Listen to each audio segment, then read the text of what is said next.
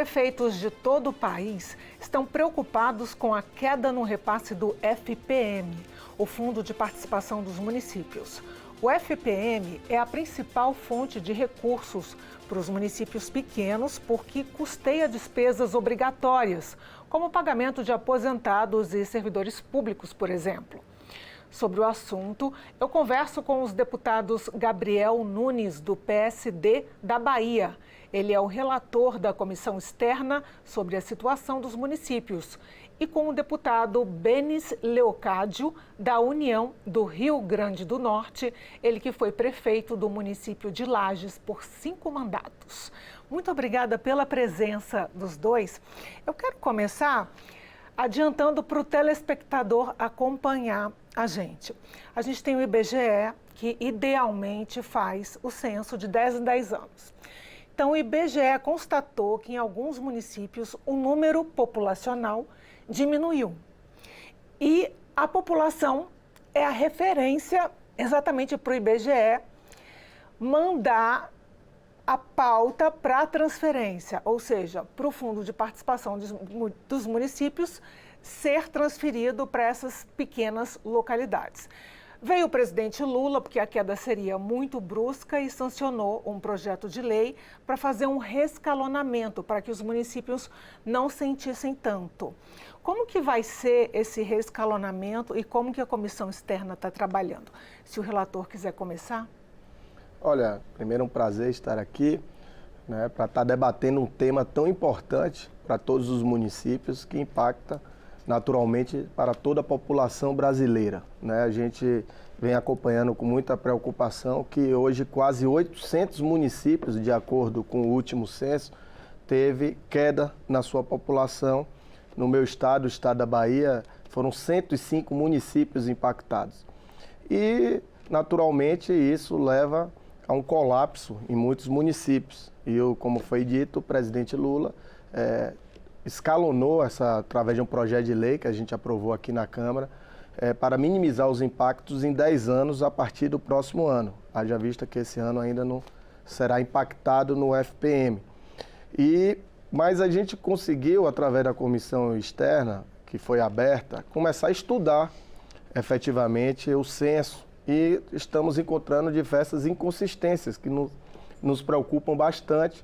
E a partir daí estamos debatendo com os colegas, com os parlamentares, quais vão ser os encaminhamentos, porque número de municípios, de domicílios não pesquisados, domicílios fechados, inconsistência entre cartões do SUS, atendimentos da população, número de alunos matriculados na rede, enfim, diversas inconsistências que fazem com que a gente entenda, perceba que realmente em função da pandemia, de como foi a construção do censo, com falta de recursos, pode ter havido inconsistências nas pesquisas e, naturalmente, municípios que estão sendo impactados com essa redução populacional e, naturalmente, a redução do FPM. O FPM, que, em especial nos municípios do Norte e do Nordeste, é a principal fonte de receita. Os prefeitos, para pagar sua folha, para pagar todas as obrigações de água, de luz, de remédio, de transporte escolar, enfim, a gente utiliza muito desses recursos no seu dia a dia, os prefeitos, para estar gerindo o dia a dia. O deputado Benis, inclusive, que já foi prefeito por 5 mandatos de uma cidade do Nordeste do Brasil, vai poder falar também sobre essas dificuldades que a gente tem ouvido muito, a preocupação dos prefeitos, das prefeitas, e além disso, os municípios vêm sofrendo muito nesse segundo semestre com a queda acentuada da arrecadação. E isso acende uma luz amarela para outros prefeitos, já a luz vermelha, com atrasos em folha de pagamento, atrasos aos fornecedores, né, e que pode ser afetado ainda mais agora com essa queda na alíquota, na faixa dos municípios. Então a gente está nessa comissão justamente debatendo como a gente pode estar reajustando os impactos do censo que era para ser em 2020 e foi finalizado no ano de 2023. Como que o seu município, o município de Lages, a gente estava até comentando aqui que existe Lages no Sul e Lages no Norte, né? Nordeste. como que o seu município foi afetado e que tipo de inconsistência é essa que o deputado colocou aqui? Veja bem, eu diria que o que o colega o deputado Gabriel Nunes já nos falou, o município de Lages, como exemplo, você me consulta, deve ter sido afetado 2 vezes. Primeiro, pelo rebaixamento da faixa de distribuição do FPM. Ela começa com o 0,6, que vai até 10.188 habitantes, e até 13.008, ou seja, ela está sendo rebaixada de 0,8 para 0,6, o que já é um desastre. Isso, se acontecesse de uma única vez, representaria R$300 mil mês para um município como o de Lages. E aí é preocupante porque o FPM é base também para se apurar a receita do Fundeb, que é o Fundo de Manutenção da Educação Básica, e a saúde, os 15% que se apura de acordo com o crédito do FPM. E essa matéria que o presidente Lula sancionou, a qual você registrou, e o colega deputado Gabriel, eu tive a felicidade de ser o relator aqui na Câmara, o PLP 139/2022, que buscou fazer essa mudança de faixa de coeficiente em 10 anos, ou seja, gradativamente, e aí suavizou esse prejuízo ou esse impacto que os municípios terão ao final desses 10 anos. Mas lamentamos, e nós já estamos vivendo nesse mês de setembro principalmente, a queda da transferência do FPM pela Secretaria de Tesouro Nacional. E aí já se apura, conforme dados da Confederação Nacional dos Municípios e da própria STN, mais de R$2 bilhões comparando o mesmo período de 2022. O que nos traz um certo conforto é que o governo já sinalizou naquele projeto de lei que prorroga a desoneração da folha de pagamento de 17 setores da economia, uma emenda do nosso líder, deputado Elmar Nascimento, também da Bahia, da bancada do deputado Gabriel, que prevê incluir os municípios de até 142 mil habitantes. Então, isso nos trará uma esperança, uma expectativa de uma redução da obrigação patronal do INSS, a gente vê assim claramente, de 22% para apenas 8%. Então, isso é um ganho significativo para as prefeituras, só que essa matéria ainda não foi finalizada. Aprovamos aqui na Câmara, no último dia 31/8 foi enviada ao Senado Federal. A gente aguarda com expectativa que, se aprovada for, trará um alento muito grande a esses municípios, não só os que vão cair de faixa de FPM, mas também para todos eles que estão nesse teto de até 142 mil habitantes. Será um alívio muito grande, porque nunca aconteceu isso. Eu sei que tem um impacto financeiro significativo, fala-se em torno de R$10 bilhões, mas se assim for, nós estaremos fazendo justiça aos pequenos municípios, que é quem mais assiste as populações lá nas suas cidades, na zona rural, e é o principal executor das políticas públicas, tanto do governo federal como dos governos estaduais. As prefeituras, e aí falo com experiência própria de quem já esteve à frente de uma por 20 anos, e eu sei as limitações e as dificuldades. Às vezes o programa é o mais simpático possível, é o mais importante, mas quem contrata, quem executa, quem fica lá na ponta é o município, esse ente da federação, que na distribuição do bolo tributário nacional fica com a menor parte dos 100%. Fica aí em torno de 22% a parcela que chega aos municípios. O deputado Gabriel estava falando sobre as inconsistências. Essas inconsistências têm a ver com a metodologia que o IBGE usa, porque, por exemplo, meu domicílio foi consultado.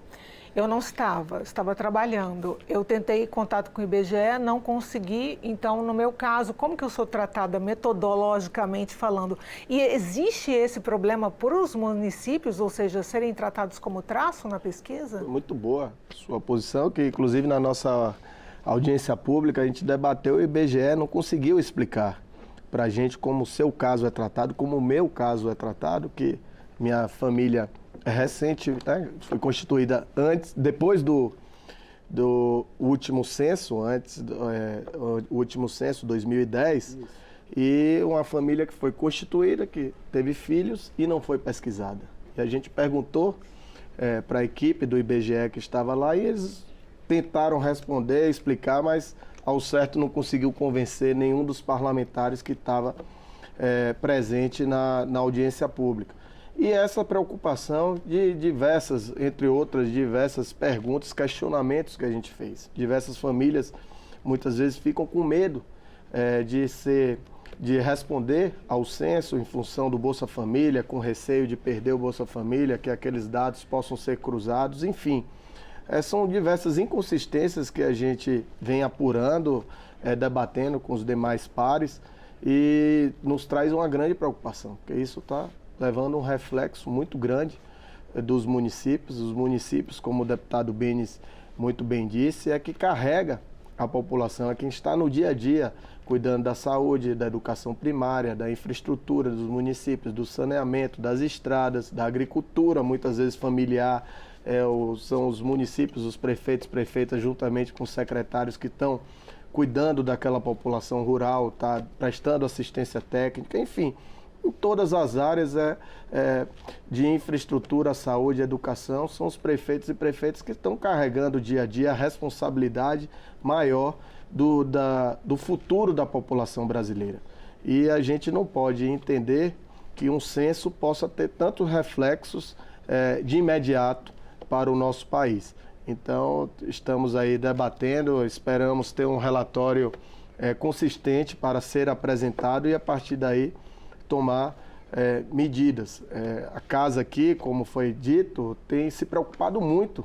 Existe uma bancada municipalista muito forte, conseguimos avanços importantes, como foi referido em relação à alíquota do INSS, a redução em especial dos pequenos e médios municípios até 142 mil habitantes, porque depois do E-Social, ocorreu um arroxo também financeiro muito grande nesses municípios, haja vista que já é deduzido de imediato dos municípios, dos prefeitos e prefeitas.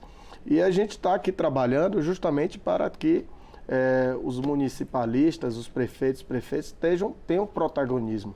Não pode ser aceito mais que prefeitos e prefeitas fiquem com, como diz no nosso sertão, com pires na mão, mendigando, batendo na porta do governo federal, do governo estadual, dos deputados atrás de recursos. Então, precisa se trabalhar essa independência, principalmente com algumas ações que nos preocupam muito, como, por exemplo, nas contribuições, normalmente, quando existe alguma ação de incentivo para a economia, não se mexe nas contribuições e normalmente se mexe nos impostos.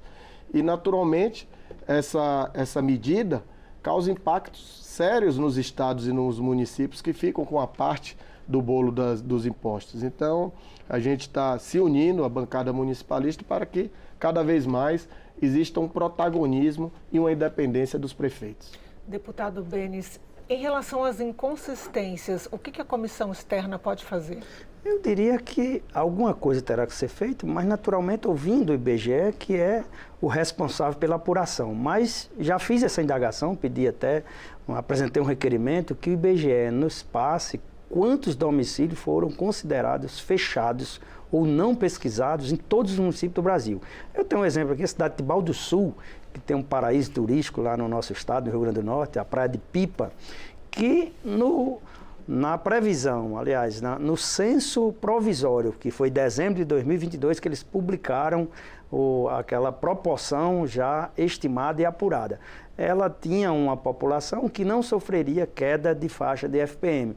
Quando apurou o final do censo, digamos assim, a portaria 470, publicada em junho de 23, sofreu um decréscimo de 600 habitantes de dezembro para junho. Como se explicar? E aí eu tive a curiosidade de saber quantos domicílios foram considerados não pesquisados, ou seja, que não tinha ninguém ou que não foi possível, como é o caso que você agora nos relatou da sua residência. E 471 domicílios foram considerados fechados. E aí, se a gente considerar que eles têm uma ponderação, 2,84, salvo engano, por domicílio pesquisado, em média no Brasil, em população, apenas 20 domicílios seria o suficiente para esse município não perder essa arrecadação por mudança de faixa. A meu ver, o IBGE teve lá suas limitações, suas dificuldades e resolveu encerrar por encerrar, bateu o martelo no final do censo. E aí deixando esse prejuízo para cerca de 800 municípios no Brasil que 10 habitantes, 20 habitantes, se pesquisados, se procurados, se insistissem com a coordenação da comissão censitária de cada município, que tem uma pessoa da gestão local, algumas pessoas que vão trabalhar no censo, eu tenho certeza que evitaria esse prejuízo, que aí só poderá ser corrigido 10 anos depois. E agravados com essa situação da queda do FPM, que há 4 anos não sofria nenhum decréscimo, nenhuma queda. Nós tivemos 4 anos de receitas crescentes.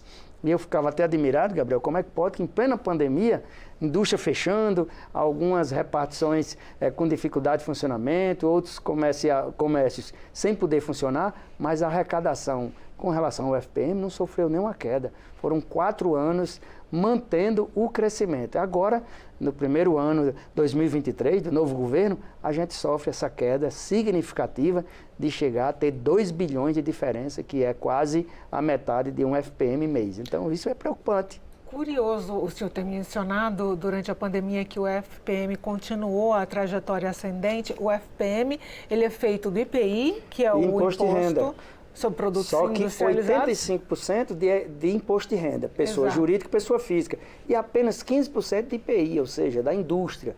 Então é muito preocupante que na hora em que a gente tem uma queda como essa, ou imposto de renda pessoa jurídica sofreu queda, né, ou o pessoa física é muito difícil. Normalmente, pessoa física é servidor público, é aqueles trabalhadores, as pessoas que no seu contra-cheque já tem lá a retenção do imposto de renda devido. Então, a gente fica também nos perguntando o que houve em 2023 para sofrermos essa queda tão grande. E só o Tesouro Nacional pode nos explicar. Mas eu que já acompanho isso há um bom tempo, tenho 30 anos no movimento municipalista, e o Tesouro é sempre aquela caixa preta que ninguém consegue ter uma resposta convincente de qual arrecadação teve decréscimo ou queda para impactar o FPM, como a gente está vendo agora. Qual é a explicação? Segundo a CNM, né, Confederação Nacional dos Municípios, houve uma queda em torno de 16% na arrecadação do imposto de renda da pessoa jurídica. Talvez um pouco de uma desaceleração na economia, também a redução dos lucros, mas isso vem impactando muito, né, na arrecadação e, inclusive, na próxima semana vai ter um movimento aqui dos prefeitos de todo o Brasil para que o governo federal possa vir com algum socorro emergencial, com alguma ajuda, além do projeto de lei que foi aprovado, já passou pela Câmara, de um socorro emergencial para que possa efetivamente ajudar os municípios. Porque, se tem uma ideia, só em setembro a expectativa é de 24% na redução do FPM dos municípios. É um impacto muito grande, é 1/4 a menos de receitas, né? Então, para um gestor que tem um planejamento, né, não é uma empresa que você facilmente demite, reduz custos, você tem uma responsabilidade sobre o dia a dia dos municípios, existem servidores concursados, enfim, uma série de obrigações permanentes dos municípios e que com a arrecadação, com a redução tão grande dessa arrecadação, dificulta muito a gestão pública municipal. Então a gente está aqui se unindo, né, inclusive na próxima semana, para estar fortalecendo também esse movimento municipalista que vai ocorrer aqui em Brasília. A Marcha dos Prefeitos, ela é tradicional, sempre acontece e é legítima, né? É uma atividade que busca acender o olhar da União, esse ente abstrato aqui em Brasília, sobre as necessidades dos municípios, que é onde a vida acontece realmente.